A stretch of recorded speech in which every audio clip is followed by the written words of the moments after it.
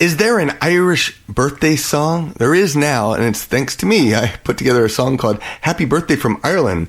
Cedric the Bedlam Bards hypnotizes with wit and charm. Then he shares how laughter is the best medicine, especially with something called laughter yoga. I know, crazy. This is Pub Songs and Stories number 289. My love is like a red, red rose that's newly sprung in June. My love is like a melody that's sweetly played in tune. So fair art thou, my bonny lass, so deep in love am I, and I will love thee still, my dear, till all the seas gang dry.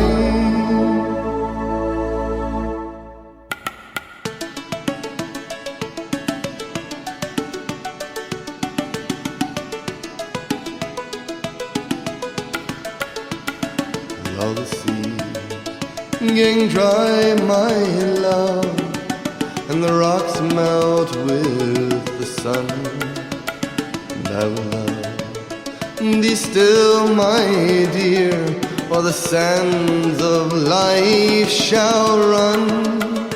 So fare thee well, my own true love, and fare thee well a while, and I will come again, my love, though 'twere 10,000 miles.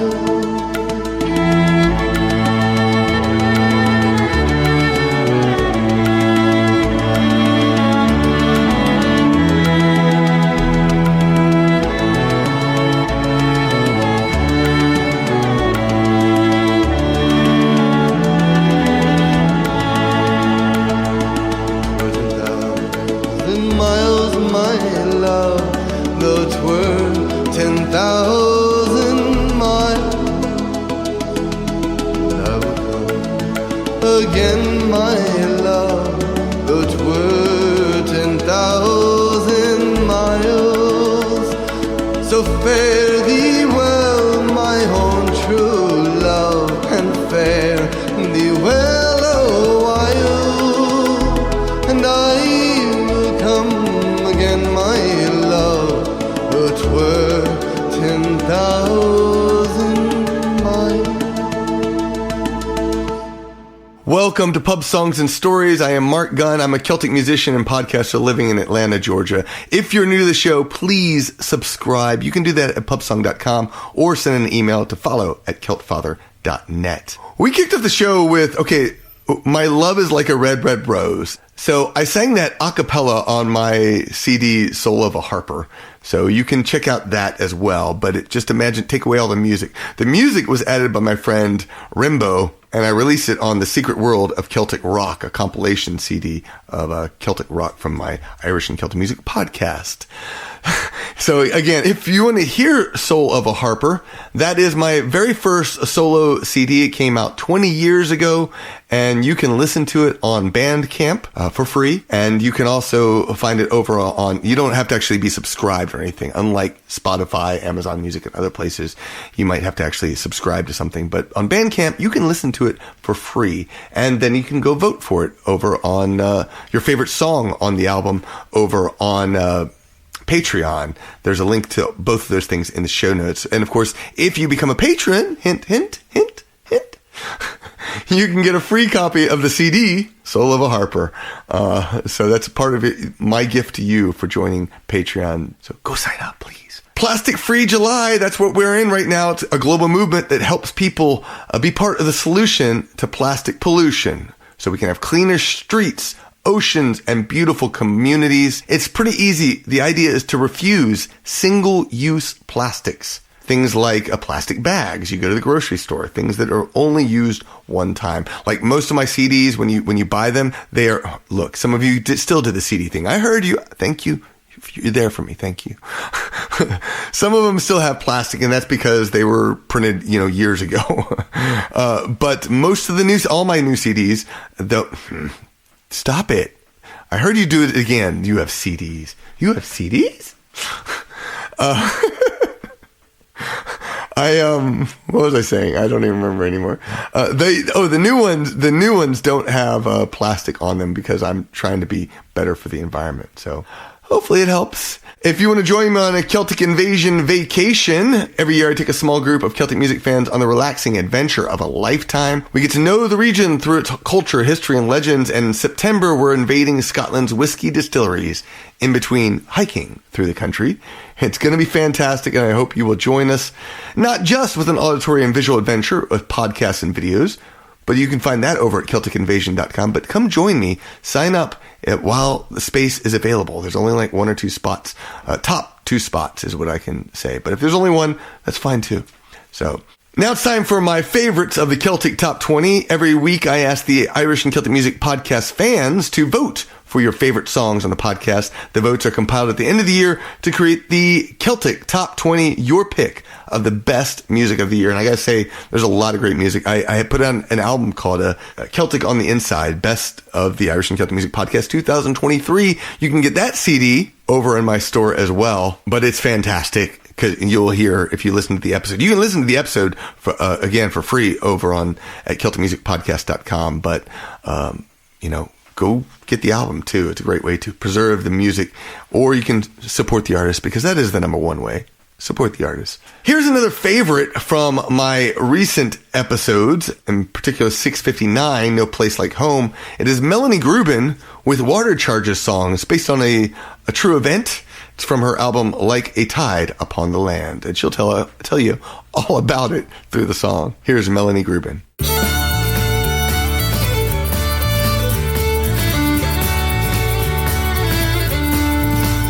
We live in brutal times, can't afford to rent or buy, can't afford to stay warm, while the landlords feast and thrive, and their cronies on their thrones try to blame it on the war, but you are far too wise. You can see their wicked games, and you've heard it all before. You've a right to be inspired, for we rose up and took control not so very long ago, and just when hope is gone, and you think we'd be better off if we burned the country down, remember how we won before. We got our way when we stood our common ground, and there is time for us to turn this thing around. Glory, glory, we stop the water charges, we will do it again. Glory, glory, we stop the water charges, we will do it again. It was 2014, the Irish government announced a new law to be rolled out. For water we'd be charged a fee. No special programs for the poor. If they can't pay, they'll go without. With costs as they are now, can you imagine what those bills would have looked like today? We didn't all know how, but the government decreed every citizen would pay. And we said, water is a human right. It's in our blood and in our brain. Our taxes fund the water main. There's plenty falling from the sky. You say it's for the earth, we're calling out your lie. You try to squeeze the poor, your mandate will defy.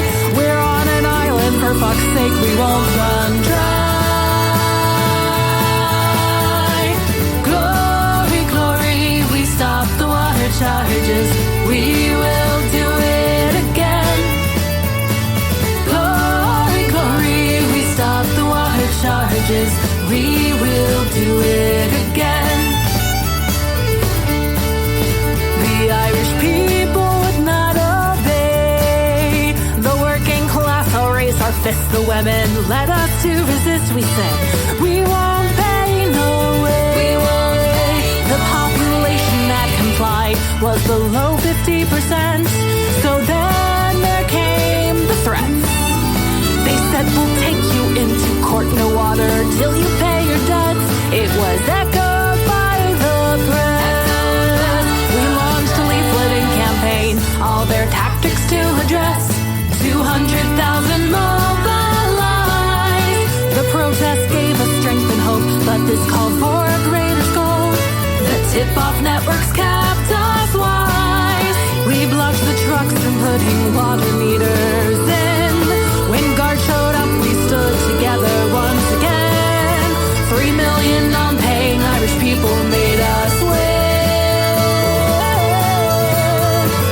Glory, glory, we stopped the water charges. We will do it again. Glory, glory, we stopped the water charges. We will do it again. They can't stop us when we work together. No, they can't take us all in a fight. It counts to protest and be vocal, but it matters as well that we pull it off right. The tactics specific to what they throw our way. A working class network could well seize the day. Don't rely on politicians to fight for our fight, 'cause it's far past time to make housing right. Glory, glory, we stop the water charges. We will do it again. Glory, glory, we stop the water charges. We will do it again. We will do it again. The story of Happy Birthday from Ireland. Well, as I said in a couple episodes back, Happy Birthday from Ireland was written about the same time as The Leprechaun. I had just had this meeting with this guy who was saying, Celtic you don't play Celtic music. And then I got on the road with Andrew, and we were driving to Dallas for a gig. And it must have been, actually, now that I think about it, it must have been coming upon St. Patrick's Day, because ultimately what Happy Birthday from Ireland is a happy birthday song for myself. I know. Yeah, I know. I get that it's very selfish, and sometimes you write things for yourself. And birthdays have always been a weird thing for me, because I always wanted these big birthday celebrations, and I'm sure everyone does, but I never felt like I got them until the past few years. So I was trying to celebrate my birthday, and I wanted to write a song for it. And I thought at the same time, it would make a good song for other people who were Irish Americans and were newly connected with their heritage, because that's what the song is all about. It's not just a birthday song. It's about connecting with your Irish heritage, even if you don't know what that means, because, like I said, this guy had just been correcting me and saying, you don't play Celtic music. And I'm like, well, I do. And now I don't know what I think, because my heritage, I know I'm not, I'm Scots. I knew at the time I was Scottish, because my last name is Gunn. And later I learned, that we had a whole bunch of Irish immigrants in our family as well, but I didn't entirely know all about that. So, when I was writing the lyrics, it was about connecting with that. And, musically, I used, Bing Crosby as my inspiration. So there's this very lovely, sound that comes out of this, where I'm singing with this, I don't know, 40s or 30s inspired, musicality, much like Bing Crosby would have done. And because, again, it is an Irish American song. So let's go through the lyrics. On St. Patrick's Day, I was born. That's me. I was born on St. Patrick's Day. American by birth, my heritage unknown. I didn't really know who I was growing up. Actually funny. I did remember hearing somewhere, I don't entirely remember where, but that the Scottish wore orange on St. Patrick's Day, and the Irish, of course, wear green on St. Patrick's Day. I didn't know what that was all about, and it wasn't until basically Andrew had picked up brought us the song "The Orange and the Green" that I learned that orange was Protestant and green was Catholic, and so learned a whole bunch of things in the process. So it was 2 years ago on a musical journey. My heart flew to Ireland on the wings of a note. So the song was written in 2001. And I know that because of this line here, because in 1999, that's when I started playing Irish music, Irish songs, and I fell in love with music. Oh, Ireland, how I long for your valleys and mountains, how I long to see your hills and streams. From my home across the ocean, I hear your voice singing, happy birthday from Ireland, my child of the green. La la la la la la la la.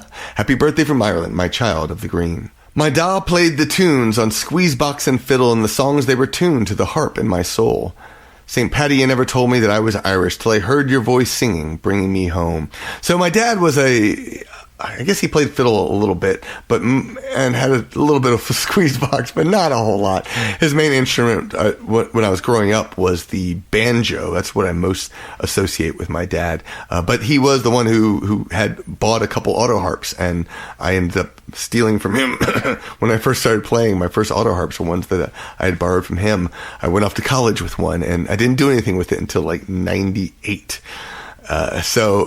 But he played all these folk instruments, which was a little bit how, I guess you could say, my songs were tuned to the harp in my soul.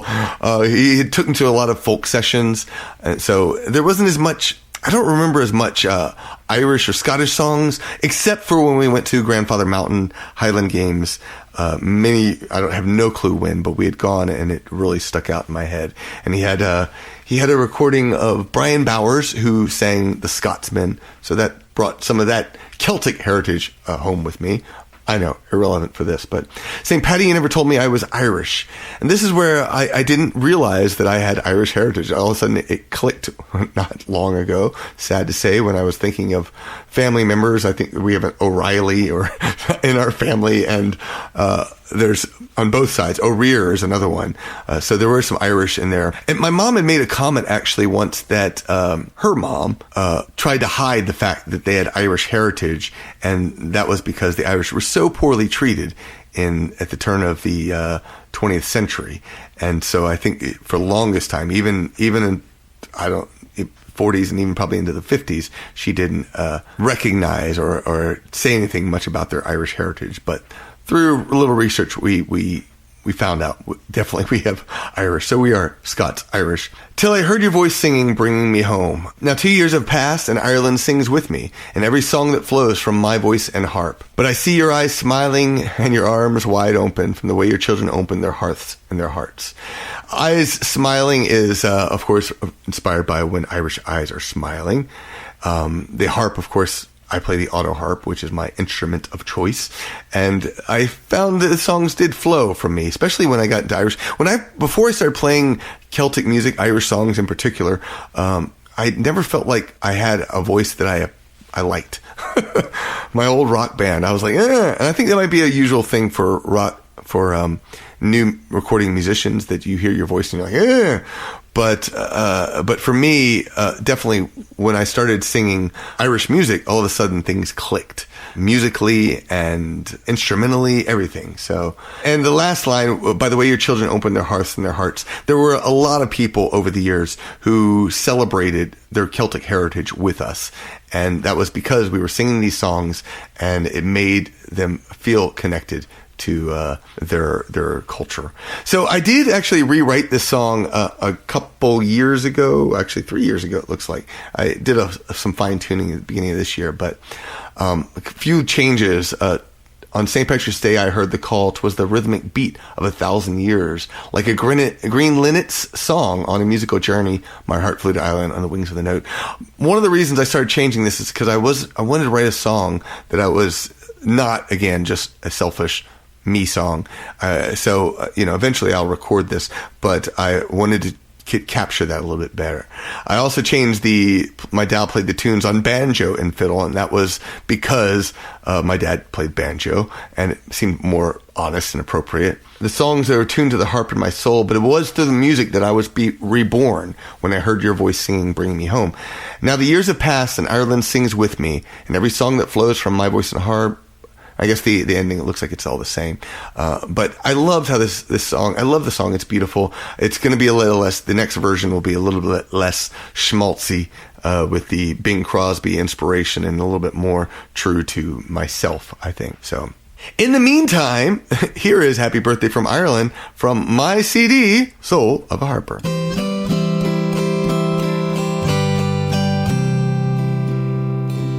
On St. Patrick's Day, I was born, American by birth, heritage unknown.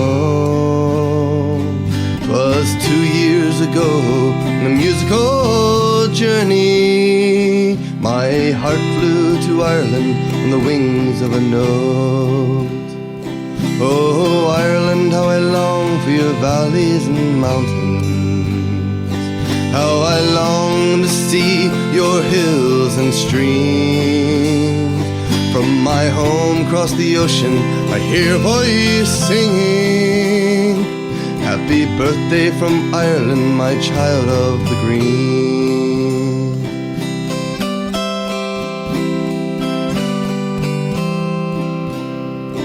Well, me da played the tunes on squeezebox and fiddle, and the songs they were tuned to the harp in my soul. Oh, St. Paddy, you never told me I was Irish, till I heard your voice singing, bringing me home. Oh, Ireland, how I long for your valleys and mountains, how I long to see your hills and streams. From my home across the ocean, I hear your voice singing, happy birthday from Ireland, my child of the green. La la la la la la la la la. Happy birthday from Ireland, my child of the green. Now 2 years have passed, and Ireland sings with me every song that's heard from my voice and heart. But I see your eyes smiling, your arms wide open, by the way your children open their hearts and their hearts. Oh, Ireland, how I long for your valleys and mountains, how I long to see your hills and streams. From my home across the ocean, I hear a voice singing, happy birthday from Ireland, my child of the green. La la la la la la la la. Happy birthday from Ireland, my child of the green. Once again, I want to thank all of my amazing patrons on Patreon. It is because of your generosity that I get to create this music, share these podcasts, talk to you a little bit. I don't know. It means a lot to me. I hope it means something to you as well. If you do enjoy it, then please join the Gunrunners Club on Patreon. You can sign up. It's just $5 per month. You can save 15% when you get a yearly membership. It's a wonderful way to support music, especially in a day when CDs are not the thing that people want to use. So I really appreciate any support you can give. If you can't do that, that's okay too. You can still follow the Patreon page. You'll get notices as well. And you can get this podcast as well, ad-free. Just send an email to follow@celtfather.net. There's a lot of stuff over the page that is free. However, again, you can get free downloads when you become an actual patron. So check that out. A special thanks to our superhero patrons, Janice G., Cecilia Fairley, Not Higgins, CJT Maxwell, Sarah Crockett, William McCassick, Carol Burrill, Eric Ray, James Reagan, and Troy Rogers. Thank you all so much for your amazing support. It's time to hypnotize you with some funny music. Cedric is the fiddler and one of the singers of Bedlam Bards, a comedic Celtic group from Austin, Texas. That was one of my big influences while we were learning how to put together a show. A few years back, I sat down with Cedric to have an in-depth interview about how he escaped Lubbock to join the SCA, form a Celtic band, and hypnotize his audiences with charm and wit. Here is my first interview with Cedric. He's really great. All right, this is the Celt Father, Marc Gunn, with Cedric the Fiddler and more. Cedric Hazelrig. He's a James Hazelrig is my legal name. Yeah, James. You never combine. Do you use that with your hypnosis stuff? I do. Yeah, I use my legal name when I'm doing hypnosis. What's wrong with Cedric? Cedric's very real too. Yeah. The only problem with Cedric is I decided to be Cedric the Fiddler years and years before this guy who later became, and he might have already been Cedric the Entertainer, but he wasn't famous. Right. So, and my wife has told me that when people make, you're Cedric the Entertainer, I'm not allowed to mock them for coming up with the obvious joke. Anyway. Right. So, now you play at the Bedlam Bards here at the Sherwood Forest Fair, but where did you begin? Tell me about how life began for you as life. Yes, I want to know about your life. Life itself. Well, my father and my mother. There was nothing else to do in Lubbock, Texas. Lubbock, Texas. We got the Lubbock, Texas. Yeah. So you grew up in Lubbock, huh? No. I got out as quickly as I could. After a year and a half, my family moved to Missouri. I lived in Missouri until I was 10. Then we moved to Laredo, Texas, on the border with Mexico. Whoa. Yeah. And I dreamed the entire time I was there of seeing trees, actual tall trees that weren't palm trees or mesquite. And so then I went to East Texas and went to college in Nacogdoches. Got involved in the SCA there. And Society for Creative Anachronisms. That's the one, yeah. And, what year was that? Or how old were you? Sorry, I won't go into too many. That was 1985. 1985. I joined the SCA, and And what was it like back then? The SCA, well, it was they wore medieval clothing and hit each other with shags. It actually has changed. The populace of the SCA has aged. Yeah. So when I joined, we all slept in tents, and we got there as soon as we could on Friday, and we stayed as long as we could on Sunday, and that slowly started diminishing to where Sundays kind of disappeared. And now, the last time I tried to camp at a regular SCA event, not Penzic, of course. Right. Penzic is still a massive event. But I got there and I said, "So where are people camping?" They said, "There's a hotel down the road." I'm like, "What? What?" I mean, I thought I was late for the party. Me at Renaissance festivals. Yeah. Now I'm like, I try to avoid setting up a tent ever. I did for Penzic, but I still had to. So you started playing you started barding at SCA? Is that when you became a bard? Barding is horse armor. I started doing bard craft. I started performing. Excellent. Yeah. I started, and that's really where I got my performance chops. And were you a fiddler at the time? Oh yeah. I'd been fiddling since I was 14, 15, something like that. What kind of stuff were you doing? I was doing old time. I started. There were no fiddlers in Laredo, it being on the border with Mexico. So lots of conjunta though. Yeah, there was a lot of mariachi music, which had an influence on Western swing, which I kind of got. I started playing some Western swing, but it was actually because the Byrds made that country album called Sweetheart of the Rodeo, and it had a couple of gospel songs on it, and at that time, my brother and sister and I were all engaged in our teen rebellion against our Unitarian parents, so we were all fundamentalist Christians. And my brother was bothered by the fact that he couldn't listen to all the music he had loved, except the Byrds recorded some gospel songs, and so some of them had fiddle, and so I started, trying to figure out the fiddle parts, and just by trial and error. The fact that my mother's a music professor and could kind of help me figure all that out. So had an old-time country band when I was in high school. Really? Yeah. I didn't have any dates, but I did have an old-time constant country band. I was a man of constant something. Yeah. But when I found the SCA, that's where I'm like, okay, this is what I was supposed to be doing. I'm supposed to be dressing up like a medieval or Renaissance character and doing bardcraft so not barding. Yes. Not barding. People in the SCA say that too. Nice.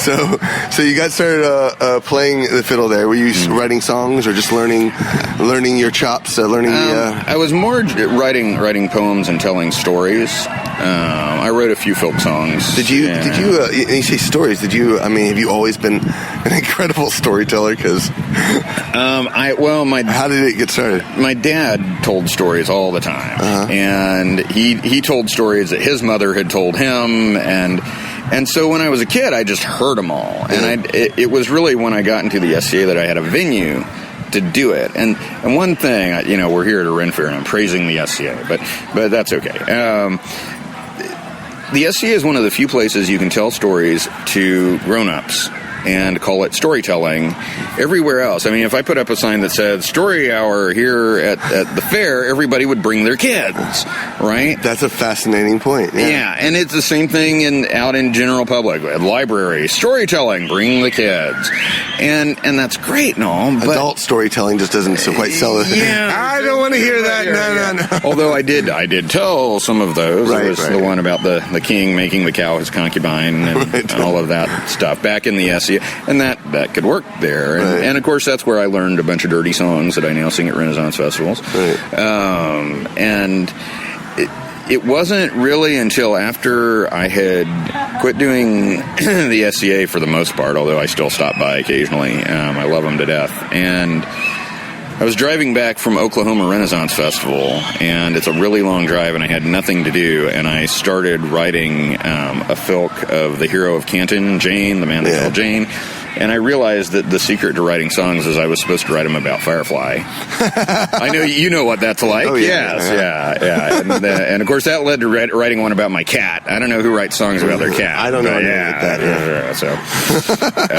But that's how I got into writing songs. Is that really? So that late? Yeah. I mean, I'd written filks here and there, but I hadn't written a lot of. I'd written an original song here and there. What year was that? Oh God, 2000. It was before Serenity came out. Yeah, and I'm trying to like what year that came out. Right before Serenity came out. So was that 2008?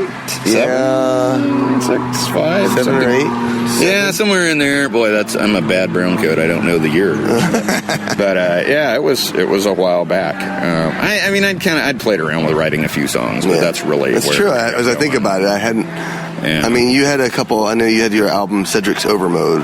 Yeah, which had a couple. I think there was at least one original song, right? It was there was farewell song, isn't there? Well, there's a fiddle tune in there called Cedric's Farewell, which I had written. But no, actually, there was a song that I wrote for the Four Winds Fair. Right. Yeah, that's right. I vaguely remember that. Yeah, I vaguely remember it too. And I think that was the only like fully original song in there. Yeah, I guess I'd written a few.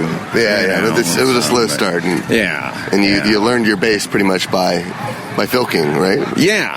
I mean, that's the easy way. I mean, back as far as high school. I don't know if that's even that weird. I mean, I think about my friend David. He's all his songs came off sounding like Geddy Lee from Rush, and right. But his songwriting too. I mean, as I listened to the songwriting, I mean, he was basing it on the heavy metal, hard rock music that he listened to, and that's how he started writing songs. So I mean, it's sort of the same thing, except here we occasionally parody it,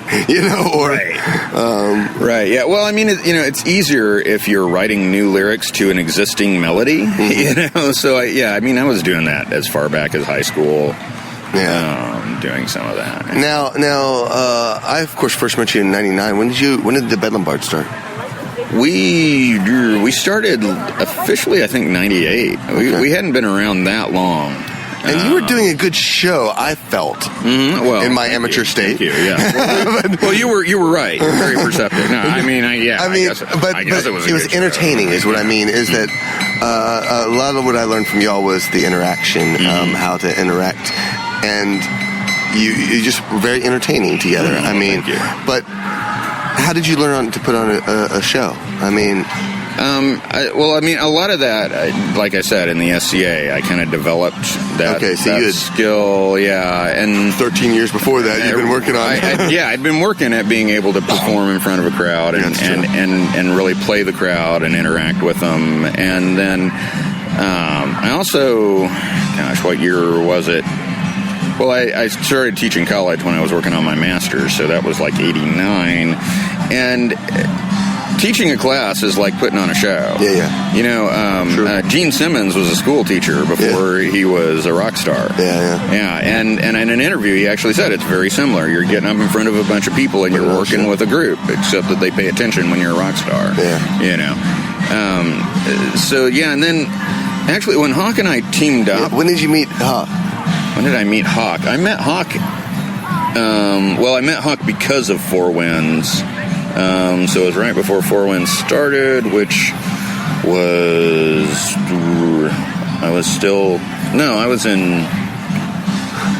done with my, so that would have been early 90s, like 93, 94, somewhere in there. Yeah, maybe 95, as late as that. Maybe 95, 96, somewhere in there. Yeah. So I met him way back then, and he was always a real, well, not always, but at that time, he was a really amazing performer. He had a great stage presence, a very big presence.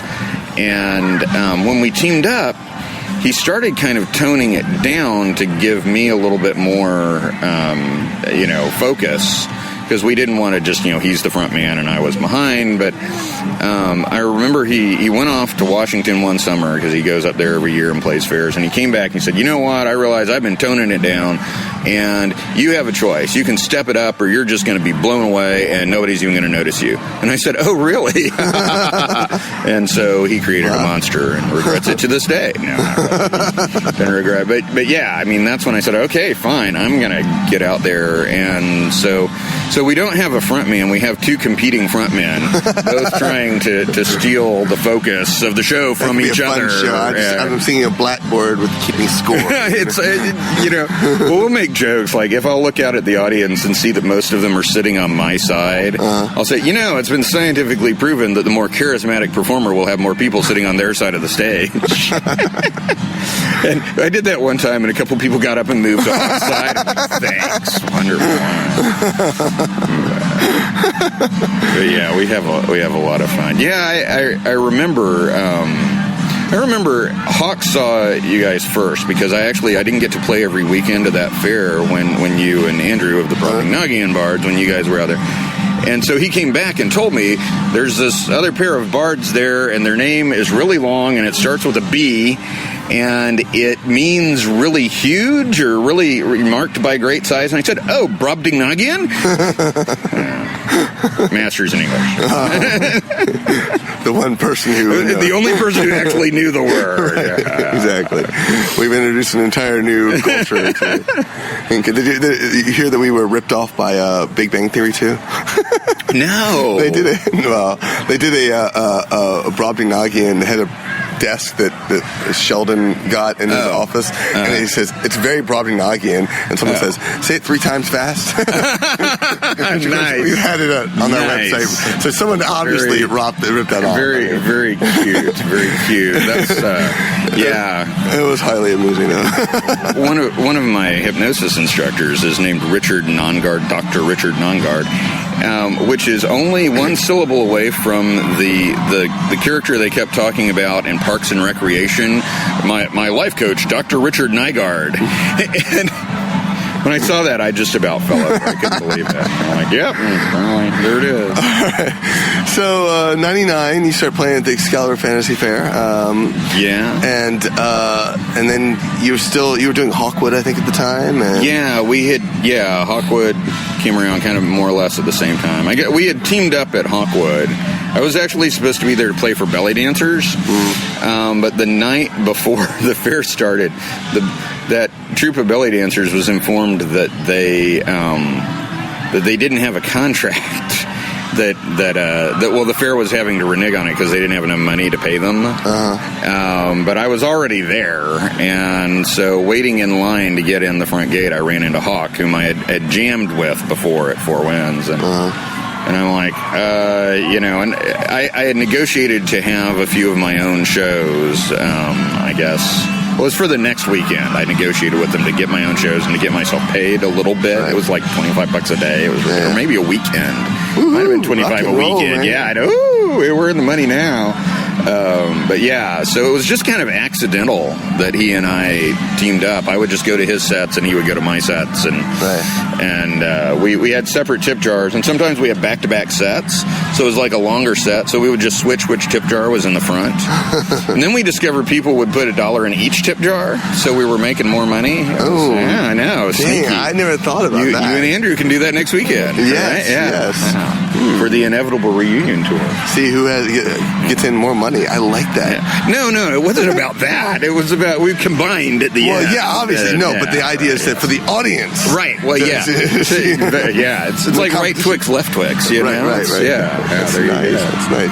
And so then, of course, in 2007, you released On the Drift, which is, I think, your best-selling CD, right? Unless Firefly Drinking Song has... I'm not sure. Yeah, I think it's probably our best-selling CD. I know Take Out the Trash did very well. Yeah. A lot of people like Trash, but yeah. I gotta say, I don't like that title. Okay, well, that's fine. That's fine. It's just. I love the album. I enjoyed the album a lot, but that title, I just. You don't like Take Out the Trash? No. That was a title Hawk had actually picked out years before for another band. They were going to do one called Take Out the Trash. There was a someone a while back. Someone had parodied did a song of The Minstrel Boy, and I don't remember all the lyrics. I remember the very beginning. They parodied about the cats. The naughty kitty on the floor has gone in the litter box. I don't know, something. Right. Basically, it's all about the cat pooping stuff. And someone said to me at some point, they said, "You really shouldn't write about things like that." I was like, I kind of agree. As I thought about it, which is the same reason why I don't like the title. But on the flip side, I say that, but I also know that, I think of Voltaire, who's writes songs that I don't think anyone should write about. But look, no, he's quite successful at it. We make no bones that no one should come to our dirty shows. Those songs are filthy. No one should listen to. They're I'm ashamed. I'm ashamed sometimes to sing these songs. I know. My wife won't even sit through a show. She's like, she used to come to him, and she's like, "You can't look at me during your show because you're like a different person," and I am like a different person doing that show. And I mean, years ago, somebody gave me a CD where they had burned some song, and it was sort of a mock Irish song, and it was really crude. And there was a line in it about, up at the bar, there's a pretty young thing. After she'll get up and sing, and I'm like, I'm not singing that. No, that's that. I mean, I have standards here. I mean, even though our stuff is really nasty, we also try to avoid scatological references. We don't go for the back end of the front. Right. We do go for the front. What? Not the back. I mean, we'll make anyway. Yeah, we try. We actually try to keep it from being as nasty as it could now, when be. you go to Renaissance festivals, you just do two, right? Do you do more than just Oklahoma and Sherwood? At this point, I'm actually I've kind of settled into just doing Oklahoma and Sherwood. Right. Do you some summer fairs? Do you do mostly filthy shows, or are you doing? Yeah, actually, yeah. I mean, those are your best-selling ones. Those are our best-selling shows. They make money. Yeah. I mean, we'll eventually get a following of people who started out seeing us do dirty stuff, who decided they like us enough to come see our clean stuff. Right. But that and Firefly are the two things that really, because. I mean, face it, we're a couple of, ugly old guys with ugly old voices, and, we need a hook, right? We're not young and handsome and all that stuff, So let's go on a different tangent. Sorry, all right, yeah. What are your biggest challenges? What are the things that you faced over the years? What are the biggest challenges you faced as musicians? The biggest challenges we've faced as musicians. Well, I don't know. I've never really thought about our challenges. Think about that a sec. What about biggest success? Well, our biggest success, I think, is that we have stuck together. Maybe that's the secret to our success. we decided early on, a lot of those bands out there are no better than us. It's just that they've been around forever, and so they didn't split up. And so, we decided we would stick with it. I think tapping into the Firefly community definitely was a big success there, and I was worried about that. I didn't know if they were going to say, okay, yeah, you're one of us. Yeah. But they did.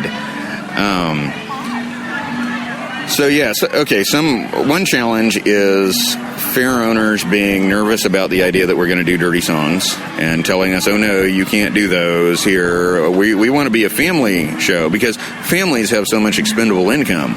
at fairs, and we keep trying to explain to them, no, actually, it is young married couples and it's people who don't have children who are going to spend money at your fair, so you want them. But yeah, a lot of times they don't recognize that. So that's often been a challenge to us.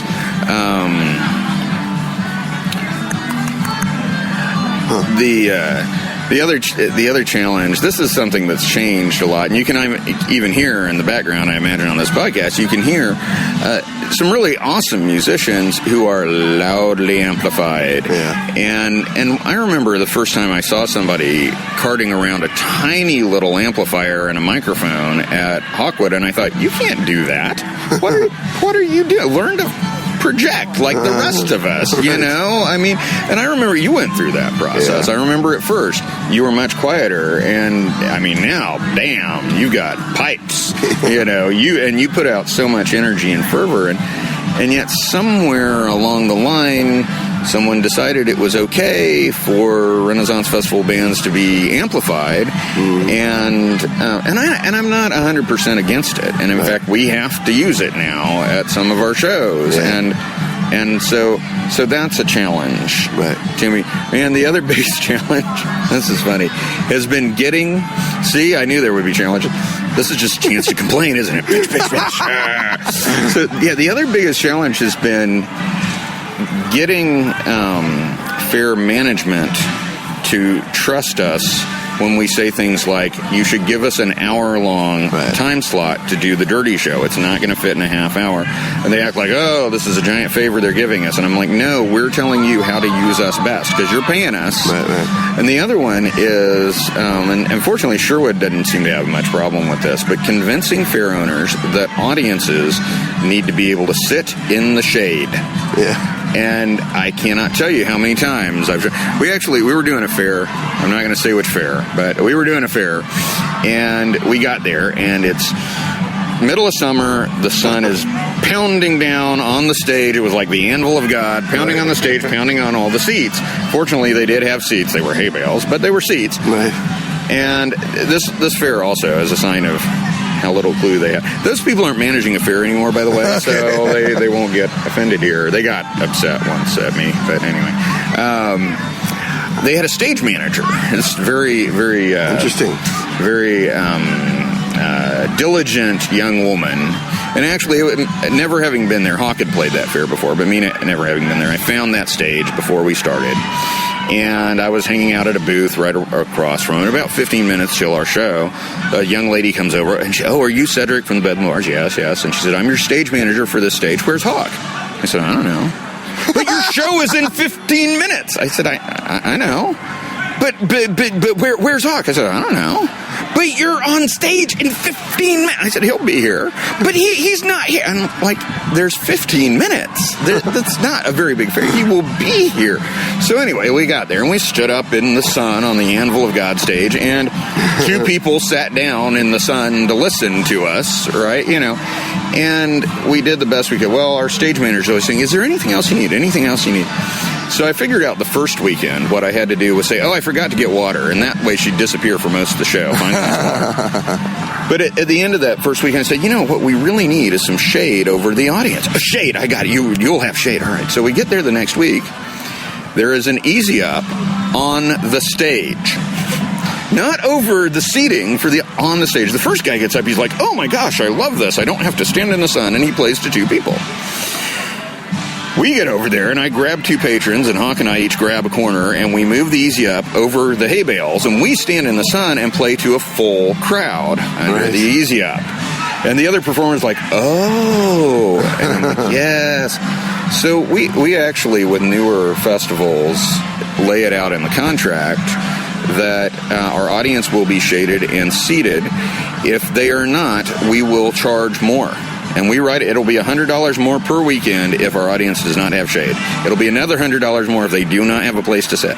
Nice. And, if that's what you have to do, you have to do it to convince them. There's a threat of rain today, and I'm like, I left the Three Stag stage, and now I'm regretting it a little bit. well, okay. Now, here's the fun thing, all right? On a beautiful sunny day, having the stage that's inside that people have to find with cover and all that is a disadvantage. Yeah. on a day like this where it's just overcast, if we get a downpour, all the shows will be moved in there, and we are now at a disadvantage. So it's like we get screwed either way. Okay. But now, see, you shouldn't have invited me to complain. I wasn't looking for complaints. The challenge is we're just so good looking. The women keep trying to go home with us at the end of the show, and I can only satisfy so many in one night. That's a terrible challenge. Now, one of the things that I look at your, I've always admired about you, number one, your storytelling,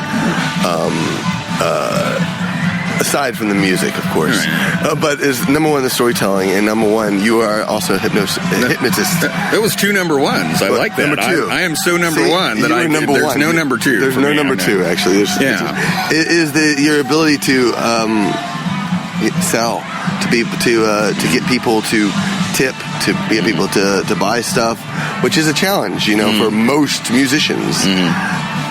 How does this come about? How does this happen? Well, I mean, you mentioned that I'm both a hypnotist and a storyteller, which is actually redundant. See, that's the reason I just listed. That's both number one. I knew that. Yeah, and actually, I mean, and now a lot of people don't connect those, but actually in the early 20th century, the most prominent hypnotist of the 20th century, at least among hypnotists, was a man named Milton Erickson, who figured out that he didn't have to sit there and wave a pocket watch and do all the standard stuff. He could basically tell people stories and affect them hypnotically, because hypnosis is really the art of getting a real result from an imaginary event, which you do when you get up on stage and you start telling them a ridiculous story, even in a song, and people start laughing. They're laughing about something imaginary. When you do a sad song and people cry, they're getting a real result from an imaginary event. It's not really happening in front of them, but they're still feeling that emotion. So that ability to capture and lead the imagination. Also, selling is about getting commitment, as hypnosis is. In fact, one of my hypnosis instructors told the entire class, go buy Business Closes for Dummies. Which is by Tom Hopkins, if I remember. Or Sales Closes. Sales Closes for Dummies. Okay. And I think that's by, if I remember right, the name is Tom Hopkins, who is a big sales guru. And, because, if somebody comes to me to quit smoking, I'm really selling them on being a non-smoker the whole time. And there's a lot of there's techniques. There's something called the yes set, where you get people to say yes, and you get people to do little things, and then you lead them to something more. So all through our show, actually before people get to the show, I take them through a yes set. Hey, do you love music? Do you like to laugh? Do you like music that makes you laugh? Do you like jokes? Do you like dirty jokes? When you hear dirty jokes, will you laugh really loud? Will you laugh really long? Will you tip really well? Right? And I'm getting them to shout yes after each and every one of those questions. And the last one, some of them will just shout yes to the yes will tip. And others go, well, what? And I say, we'll work on the last one. But I've already planted that seed hypnotically that they're going to tip us when they get to the show. So we get them to the show, we get them clapping, we get them singing along, doing all these things, so they're kind of used to doing what I tell them to do. And at the end, I say, all right, now, here's the part for the ultimate audience participation. Reach into your wallets and purses, pull out your money, and hold it aloft so that all may know you're a patron of the arts. And then Hawk says, or that you like us. And we will circulate amongst you to collect it in our hats. Ladies, feel free to honor the ancient tradition of placing that money somewhere on your person for us to extract with our teeth. And Hawk will say, we didn't start this tradition. I'll say, but we're not going to discourage it. Pull it out. Stick it in. Last chance to tip the Bedlam Bards. Last chance before we ask you again. So we've got compliance going. And then we have a big request. Put the money somewhere on you. Well, all right. Some people aren't comfortable with that, but they'll step back to just giving us the money, which is ultimately what we want. Right. I mean, it's fun to dive into about it. This is, well, yeah, of course. But ultimately, I just want their money. So I'm looking at the time, and I have a show in about 9 minutes.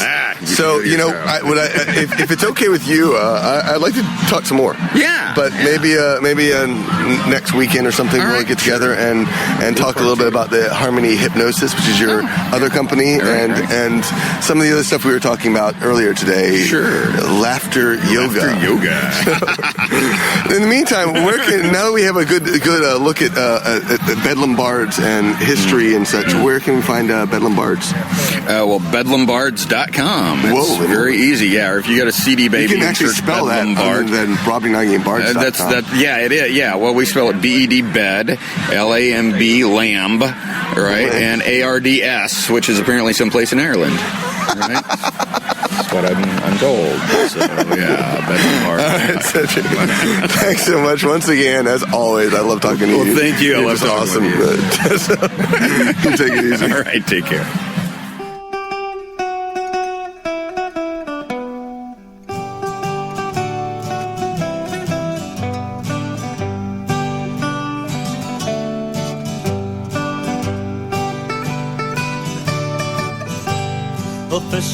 A fisherman, aboard you put to sea. Now do you have a crayfish that you would sell to me? By the wayside, I diddly die.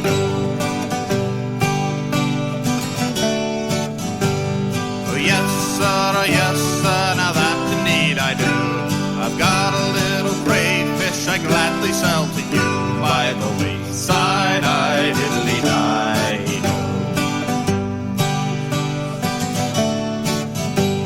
So I took him home and I thought he'd like to swim. So I filled up the chamber pot and I threw the bugger in. By the wayside, I diddly died.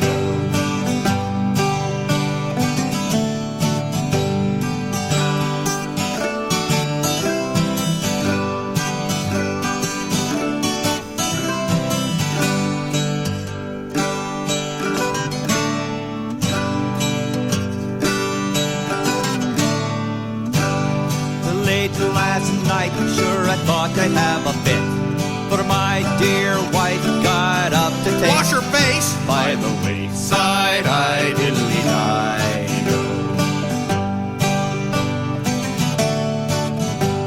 Oh husband, she cried out to me. The devil's in the chamber pot, he's got a hold of me. By the wayside, I diddly died.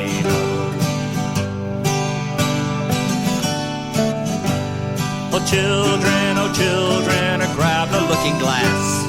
Come and see the crayfish that bit your mother's face. By the wayside, I diddly died.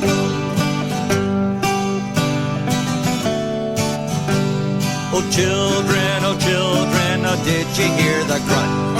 Come and see the crayfish that bit your mother's nose. By the wayside, I diddly died.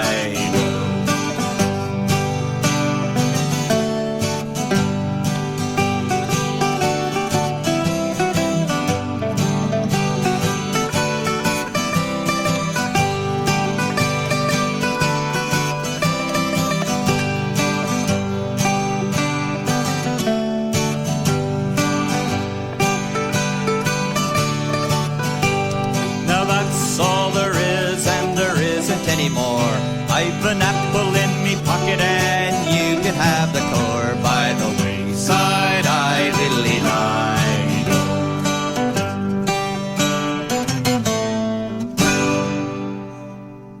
That was The Crayfish by Bedlam Bards. It's from their album Take Out the Trash that has Hawk the Balladeer singing on that track. Next up, though, we're doing a Laughter is the Best Medicine interview that I did with Cedric a few years after that interview. Cedric is a certified hypnotist, and he has some really funny advice on laughing and including things about laughing yoga. It's just really awesome. Go check it out. But first, listen to this interview. Potentially that female, I can't tell if she's too young. Yeah, I think she looks too young. Yeah, she's got a slightly youthful look on her face, plus that teenage disgruntled pout. Yeah, way too young. Yeah, see, it's all about selecting the right group of people. Bye. Now, you look like fun-loving people. Are you fun-loving people? We are. We like fun. Oh, what kind of fun? Oh, see, well, the best kind of fun. But now, see, I have a secret I can entrust only to truly fun-loving people. Okay. And I was ready to just tell you based on just the overall look. It's sort of a profiling thing. Yeah. But now you've cast aspersions. I'm going to have to give you the security test. Okay. To make sure that you are fun-loving enough, because we cannot let the secret fall into the hands of the boring. If that happens, the Saracens win. Hey, they laughed at the Saracen. All right. So, but I'll tell you what. I'll make it easy for you. I will give you the answers before we start. Do you wish they'd done that in school? You know, if they had done that for me, I would have finished the 5th grade. Worst 3 years of my life. All right, so gather in close, especially you ladies right here in the middle, gather in real close. All right, thank you. Now, the answer to every question on the fun-loving person's security test is always going to be yes! Can you answer that way? Yes. No, enthusiastically, like I said it. Yes. Yeah, like that. Like, can you answer that way? Yes. Very good. Pretend you've had beer. All right. Yeah, so, first question is, do you indeed, as I suspected when I first saw you, truly love fun? Yes. You like to laugh? Yes. You like music? Yes. You like music that makes you laugh? Yes. You like jokes? Yes. You like dirty jokes? Yes. All right, my people. If you hear dirty jokes, will you laugh loud? Yes. Will you laugh long? Yes. Will you trip well? Yes. All right, yeah. We'll keep working on it with you. There, yeah. All right. So, the secret is that the Bedlam Bards, an act of balladry with violins, will sing dirty, naughty songs today. Songs about things that she is still trying to get you to do in the bedroom. All right?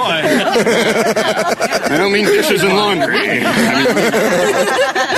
That one thing, we sing about it.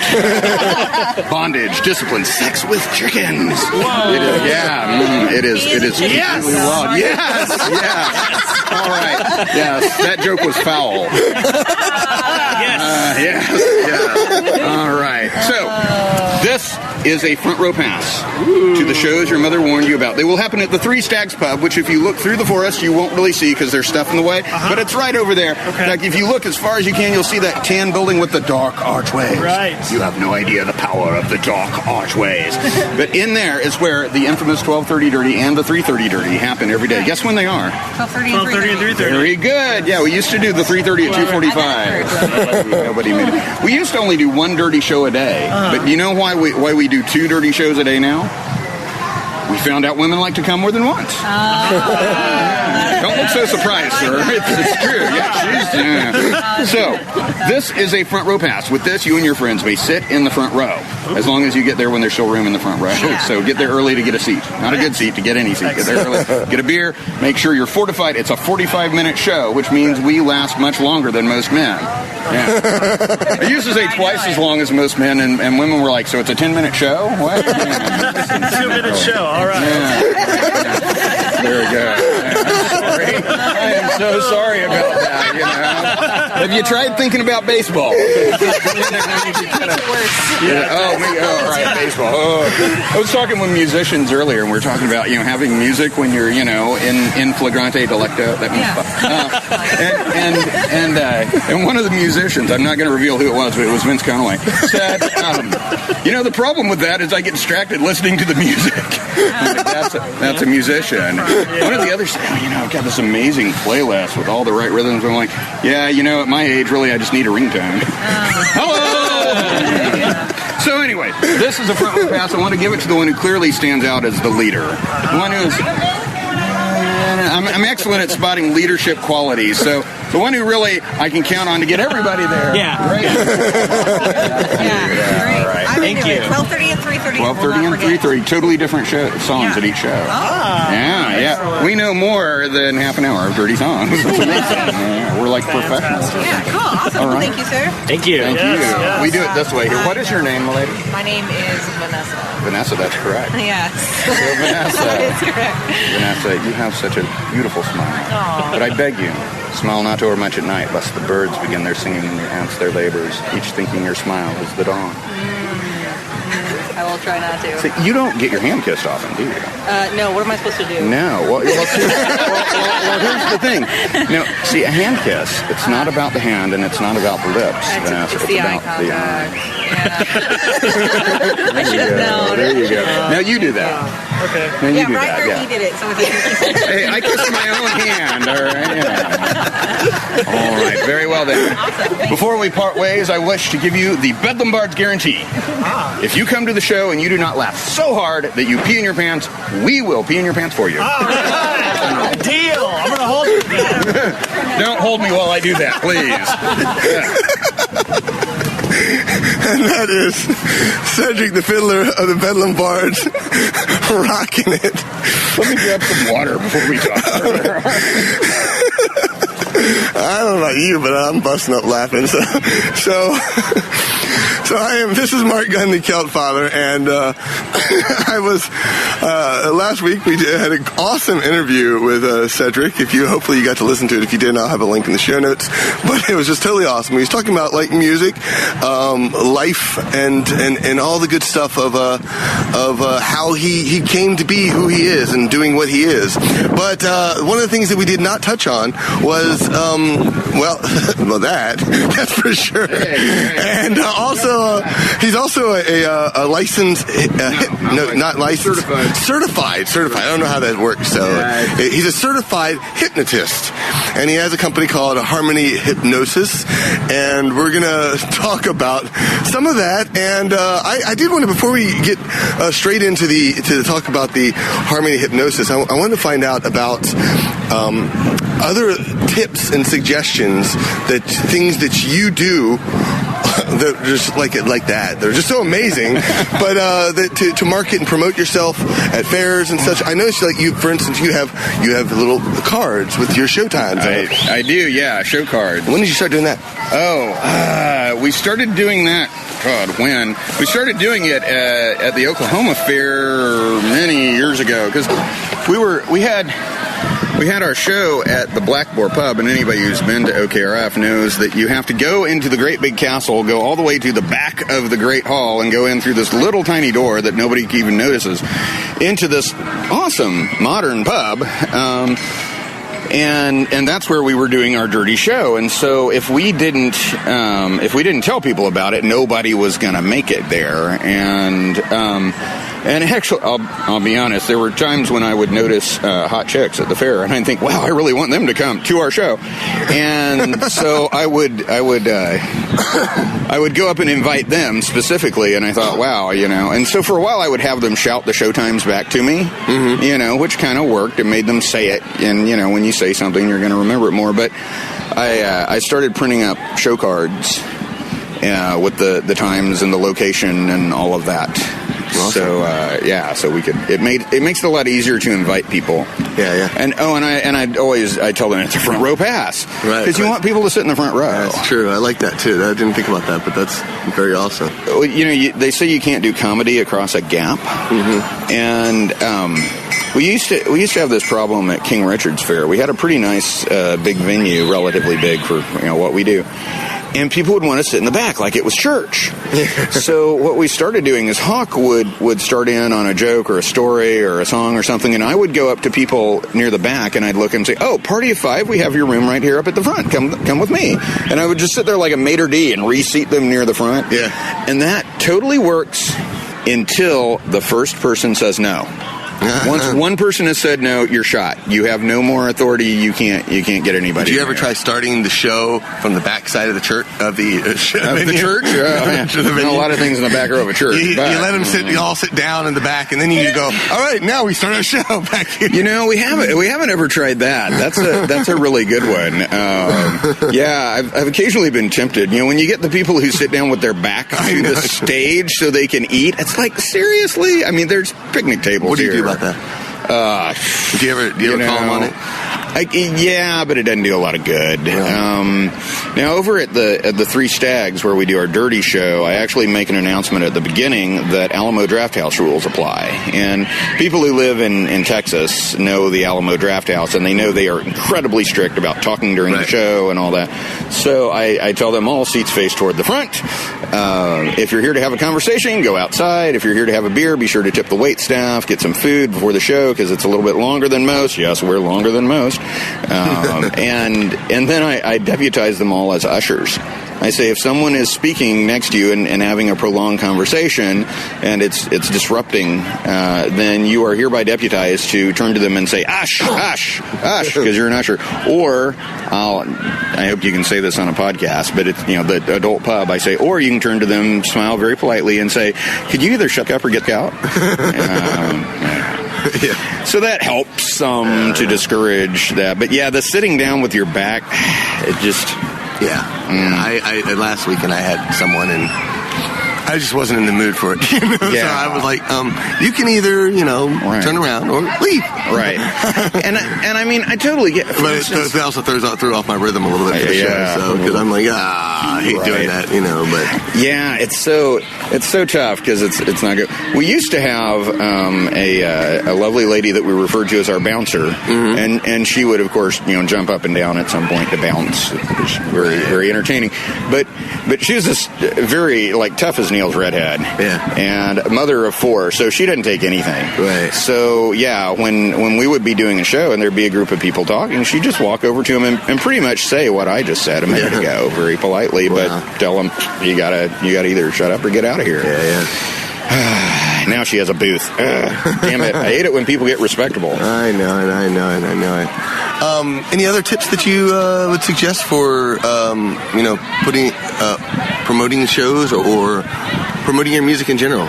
Do you have anything that jumps out at you? Well, everything about marketing that I know, I learned from you. So there's no point in true. me. No, now sales is a slightly different. Well, I'm thinking about last weekend you told me a little bit about this great idea about having 2 tip baskets on our stage. And yesterday we did our Bedlam Bards show, and we've never made so much in tips in our entire career on a weekend.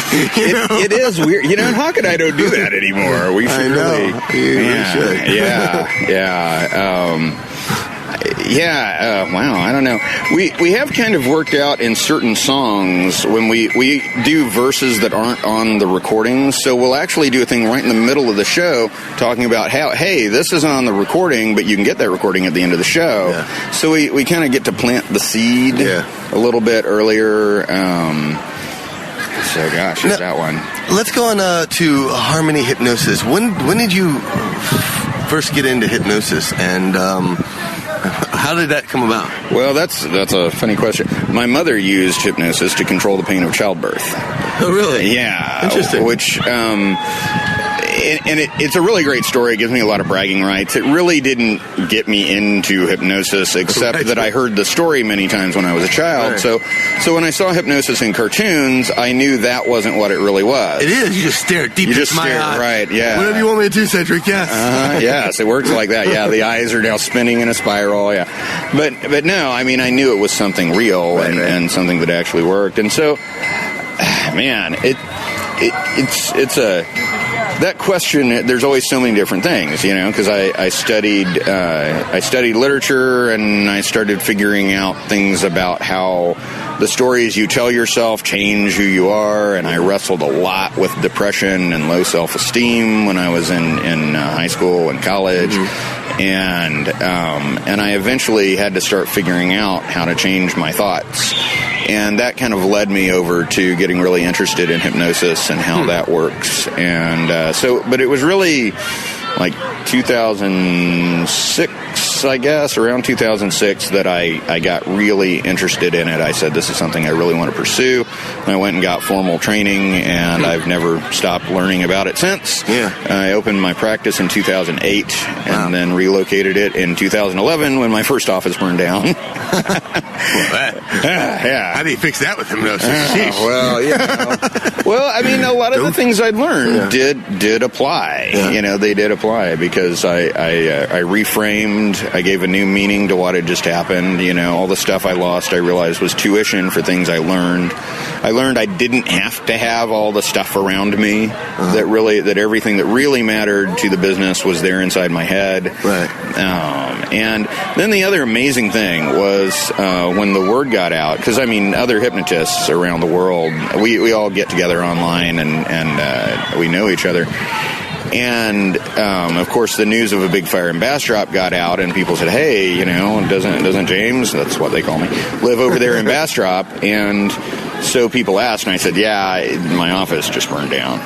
And before I knew it, they had set up a crowdfunding page, and hypnotists from all around the world came together to contribute money, and also they knew that my books had all burned up, and so they would go through their libraries, and anybody who had an extra copy of something, they would send it to me. Authors sent me their book. Some people contacted authors, and so instead of having had one book, I now had 3 of their books that were autographed and a DVD, So, yeah. it ended up being a really great library I rebuilt. Where's your office? Now it's in Austin. It's in Austin. Where in yeah. Austin? It's at the intersection of Lamar and 183. Okay. Yeah, North Lamar and 183. Oh, wow. Yeah. Fantastic. Yeah, it's a sweet little place. Yeah. It's really very really cool. nice. I didn't hear that your office had burned down either. Yeah, the old one went back in 2011. Wow. Okay. So you set up practice in 2011? No, you set it up in 2008, right? Right. Yeah, initially in 2008. And what kind of stuff is your focus? What do you? Right. I know you've gone through and trying to find your niche. Yeah. And really, when I relocated to Austin, I decided to focus on smoking cessation as my main niche. And so about half the people that I see are quitting smoking. But I also, probably what I love doing most is helping people with stage fright and fear of public speaking. Really? Because, I mean, I was a really shy kid. Yeah. And you can tell. Yeah, I can tell, man. Totally. and so I love helping people get over that. Right. And because I know how exciting it is when you actually get out and perform. Yeah. And beyond that, all kinds of different fears. I've helped several people with fear of flying, fear of spiders. Actually, all the fear of spiders clients I've had are people who work at fair. Really? Because most people don't have to deal with spiders all that much, but you come out to the forest, and there's spiders everywhere. So how do you do spiders? Oh, I mean, I guess that's all the same stuff. Right, yeah. I mean, it's pretty much the same thing. We basically cut and paste the confidence or comfort you have in one area of life onto a new area of life. So your automatic reaction to spiders is no longer, it's more like, Yeah. Interesting. Yeah, interesting. It's really fun. But I've had people who had issues with gagging. And yeah, I mean, one guy couldn't brush his teeth. Because he would gag uncontrollably anytime he tried to brush his teeth. Wow. And I had another lady, she had to get dentures, and she had terrible gagging issues. She couldn't even use a full-size fork before we met, and she said it was like a miracle. Wow. Yeah. So those are really fun. I've helped a lot of people get over nasty breakups, and that's always a really rewarding one. Let's see, what are some? Of course, I've hypnotized a lot of belly dancers. Really? I've actually done workshops specifically for belly dancers. Belly dance, and what about? Well, the thing is, a lot of women get into belly dancing because it's really fun, it's great exercise, and there's a sort of camaraderie. You have a group you get together with every week, and you do these dances. And then after about a year, they're told, well, it's time to perform, and you need to wear something kind of like this. And they go, oh my God, how am I going to get up in front of a bunch of people and perform with this? So they get stage fright, and even once you push through that, still oftentimes the beautiful thing is beyond stage fright, there's really stage enhancement that we can do for people, helping them to be more charismatic, more outgoing on stage. And then there are little habits like the coat rack arms. And I actually sat down with several different belly dance instructors and interviewed them on the things they wanted their students to be better at. Oh, nice. And from there created a product. I said, okay, well, these things I can help with, these things I can't. Yeah. And so I created a recorded product and a workshop where I would teach them how to go into a self-hypnotic state, teach them how to rehearse mentally when there wasn't enough space to rehearse physically. Right. Wow. Yeah. So interesting. That's really fun. So this is a lot of this is about conquering fear. Mm-hmm. Have you encountered a lot of, fear outside of in your own life that has helped that? I mean, the things. You say when you're a child, when you're a kid. Like I said, I was a painfully shy child, and I was afraid of a lot of things, and I lived in fear for a long time. I lived in doubt for an awfully long time. And, I really think learning to overcome all these things is part of why I have such a passion for helping people do that. Very cool. Now, one of the things you were talking about last week, and I have been anxious to hear more about it, is the laughter yoga. So what exactly is, when did it start? What is this, and how did it grow? Sure, yeah. Well, it started 21 years ago, 1995, in a park in Mumbai, India. There was 1985, you mean? You said 95. 95. That's 20. No, that's 21 years ago. Do the math, Mark. Oh, geez, yeah. I know. Yes. Sorry, yes. Okay, so in Mumbai... I have the same problem. Yeah, I'm like, wait, how many years have I... No, I can't be nearly 50. That can't be right. 21 years ago. In Mumbai, you said? In Mumbai, yes. And there was a medical doctor there named Dr. Madan Kataria. And he had encountered the idea that laughter was the best medicine. Right. And he said, well, I want to put this to the test. So he and his wife, Mallory Kataria, who was a yoga instructor, got a bunch of people together in the park. And they did a little bit of deep breathing, and then they told a bunch of jokes. And people laughed for about an hour and went away. And they did this every day for about 5 days. And by then, they started running out of good jokes. And in fact, they started turning towards some not very nice jokes, and things started getting mean-spirited. People were getting offended and uncomfortable. And, you know, and a lot of people who were doing it said to Dr. Kataria, you got to stop. This is off the rails. It's not good. And he said, give me one more day. I have an idea of how to do this. So he went in the next day, and instead of telling jokes, he said, let's just laugh. Let's make laughing noises and trick our brains into thinking that we're amused. Mm-hmm. And so from there, taking kind of the cue from his wife, the yoga instructor, they structured it like a yoga class. So you start off with some deep breathing, and then you go into some laughter exercises. And they usually use a little imagination. They're kind of silly. If you've ever been to an improv class, it's very similar to an improv class at that point. So, for instance, you might stand in a circle and throw a ball around, and when you catch the ball, you laugh, and everybody mimics that laugh that you just did. Right. So it's all based on the premise that your brain doesn't know the difference between conditional laughter, that's when you laugh at something funny, or unconditional laughter, when you just laugh because it feels good to laugh. And the fact is, your brain, either way, is going to release endorphins the moment that you smile. When you laugh, it's going to release serotonin, which is your natural antidepressant, dopamine, which is your natural painkiller, and oxytocin, which is the love drug.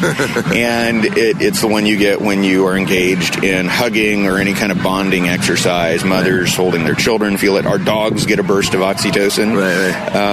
I even heard a study that when people hear the text notification, they get a little burst of oxytocin. So you love your phone as much as your dog loves you. It's sad. It's sad. Nobody's tested cats. I think my cat gets oxytocin when she's loving on me. But so yeah, we do these exercises. You make a lot of eye contact with other people, and it's interesting because some of these are total strangers, but you do feel more bonded to them by the end because you've been laughing and making eye contact. And the other cool thing about it, and this is what excited me as a hypnotist, is that we play certain games that are related to unpleasant aspects of life, and you laugh during it. So there's like what they call bill laughter, where you pretend to open up your bills and look at the amount, and you sort of laugh and cry at the same time, like, and you point it out to your friends, and they look at it, and then they show you theirs, and you commiserate, and or we play red light, green light, where you start up your pseudo car, boom, boom, boom, boom, boom, boom, boom, and run around the room until the leader shouts red light, and then you stop and just laugh uproariously until the leader shouts green light, and then you zip around the room. And when we first did this, I said, oh my God, this is hypnosis. This is restructuring your reactions so that instead of going, red light, right, the world, you go, red light, Yeah, that's brilliant. It's really cool. I was just thinking about the driving, the traffic the other day, and it was horrible, and I'm like, I can just imagine how that would make a big difference. It does. When you start laughing, there's a car in front of me. Yeah, exactly. And that's the cool thing. In fact, I'm working on a book right now called Laughnosis. Nice. And I love it. It's all about how I've applied this with my clients, getting them to use unconditional laughter to change their reactions. It's going to be very, very cool. Now, a good friend of mine, the guy who actually got me into all this guy named Dave Berman, and he has a Facebook group called Daily Laughers. And every day this year, starting on January 1st, he's posting a 10 minutes or less laughter video.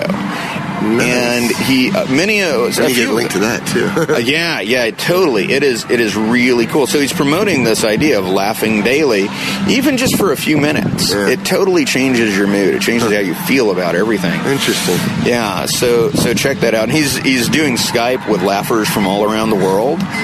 So they're sharing the different laughter exercises. So they're totally not anonymous. Right, yes, look at me, I laugh.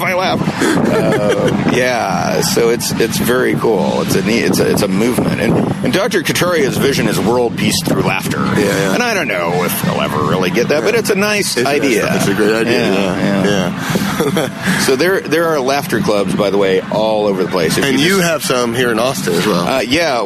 There's an Austin Laughter Club meetup. So, is that one you do on Friday, or is that? Yeah, well, the one I go to usually is the one on Friday nights at the Unity Church of the Hills. But if at the meetup, there's actually several different laughter clubs in different parts of town and different times of the week. Yeah, that cracks me up. Oh, it should.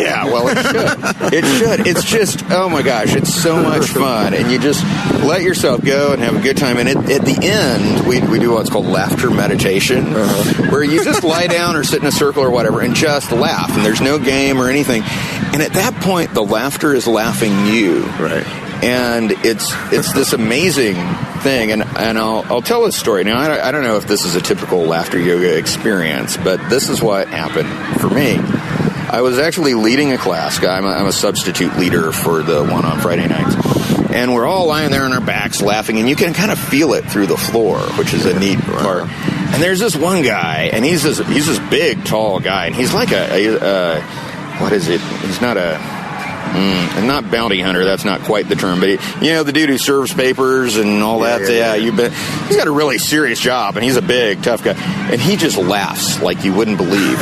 So he's just laughing like crazy, and I'm hearing his laugh, and it's making me laugh just to hear his laugh. And I thought, man, I love his laugh. And then I thought, I love him.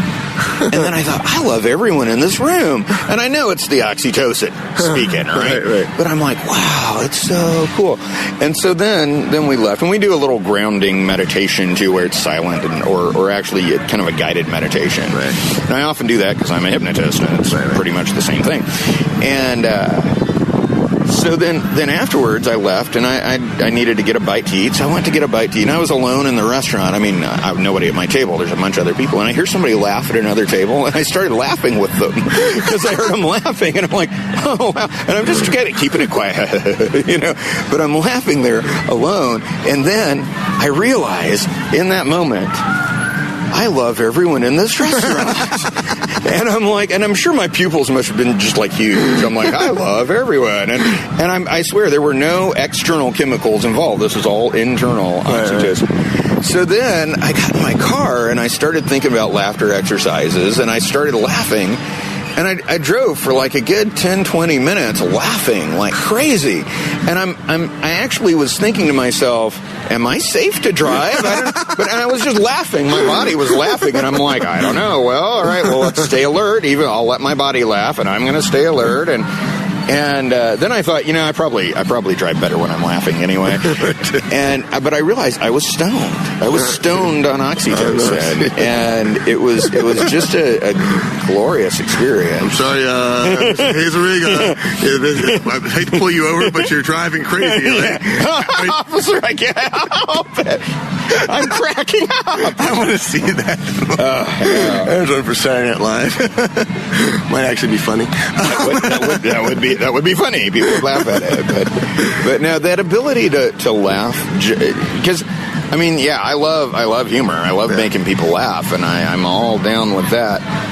But there's something about being able to laugh just because it feels good. Right. And people take all kinds of pills and medications and smoke all kinds of things to try to change how they feel. And I'm like, your actions do the same thing. Yeah. Wow. Yeah. Pretty cool. It is so much fun. That's a really cool way to start wrapping this up.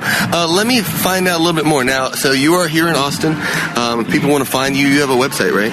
Yes, my hypnosis website is easy to find. It's hypnosisaustin.com. HypnosisAustin.com. Yeah, Nice and simple. Yes, it is. It is a. How would you hypnotize someone into remembering HypnosisAustin.com? Yeah, well, that's a good question. Actually, if you're a visual kind of person who pictures things, just picture it written right there. HypnosisAustin. HYPNOSIS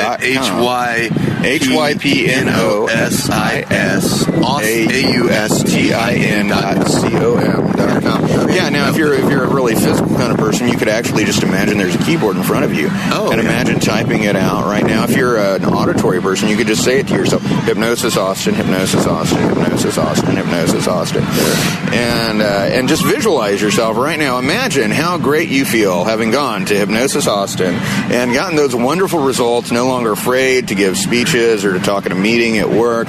No longer terrified by spiders. No longer chasing cars uncontrollably when you see them running off, barking at them like that crazily, and laughing the whole time. Yeah. Saying awesome. Yes, I feel pretty good about that. I feel really good about HypnosisAustin.com. HypnosisAustin.com. Yeah, and if you can't remember it, just search for hypnosis where you are in Austin, and you'll find me. You'll find me. Now, we should talk about this in another one at some point. But the other thing I'm going to be doing in the next year is creating a hypnotic storytelling class online. Gosh, man, it's gonna be fun. Time-wise, they're not going to let me do that. We are going to have to get later. That's okay, because you have a book. Do you have any idea when you want to finish this book? I do. Yeah, okay, not quite there. Sometime soon. In the meantime, you can see Cedric at the Sherwood Forest Fair. Yes. For the next 5 weekends? 5 weekends after this one. 5 weekends after this one, and it's a great show. Come on out. Best fair ever. It's just one of the best fairs ever. It's so really awesome. So awesome.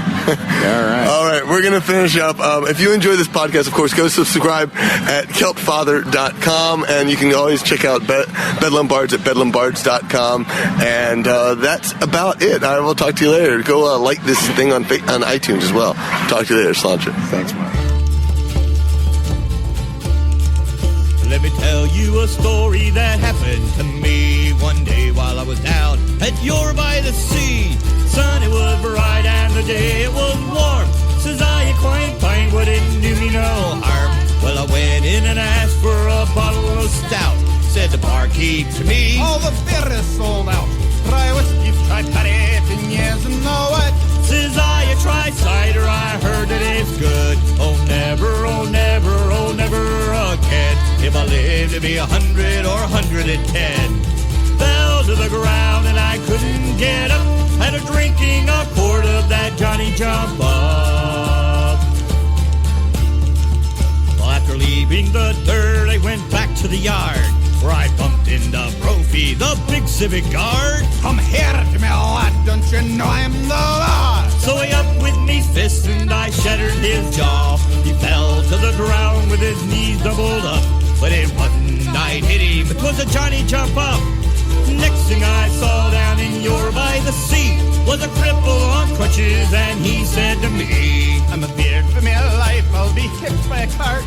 Won't you help me on over to the longshoreman's bar? After drinking a quart of that cider so sweet, he threw down his crutches and he danced in the street. Whoa! Singing never, oh never, oh never again. If I live to be 100 or 110. Fell to the ground and I couldn't get up. Had a drinking a quart of that Johnny Jump Up. Well, I went back to Bedlam, a friend for to see. Well, they call it the Madhouse near Cork Cannery. By the time I got there, the truth I did tell. They had that poor booger locked up in the cell. Now the jailer, he said, say these words if you can.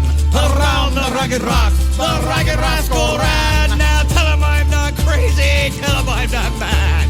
It's only a sip of the cider I had. Oh never, oh never, oh never again. If I live to be 100 or 110. Fell to the ground and I couldn't get up. Had a drinking a quart of that Johnny Jump Up. Well, a man died in a union by the name of McCrack, and they washed him and they laid him outside on his back. And after O'Connor his measurements did take, his wife took him home for a bloody fine wig. About 12 o'clock, and the beer was high. when the corpse he sets up and he says with a sigh, I can't get to heaven, he won't let me up till I bring him a quart of that Johnny Jump Up. Oh never, oh never, oh never again. If I live to be 100 or 110, fell to the ground and I couldn't get up, after drinking a quart of that Johnny Jump Up. That was the Bedlam Bards with Johnny Jump Up from their album Furious Fancies. All right, well, that concludes the 5-part series on Soul of a Harper, my very first solo CD. I hope you enjoyed this series. Did you like it? Let me know. Send an email to follow@celtfathernet.net. You can let me know if you want to hear more series like this, and I might be able to do other albums this way, or maybe not. Maybe, I'll just do it going forward. I don't have to necessarily go revisit all of these songs, do I? I don't know. You let me know. Or is there an album that you'd like to hear? Let me know.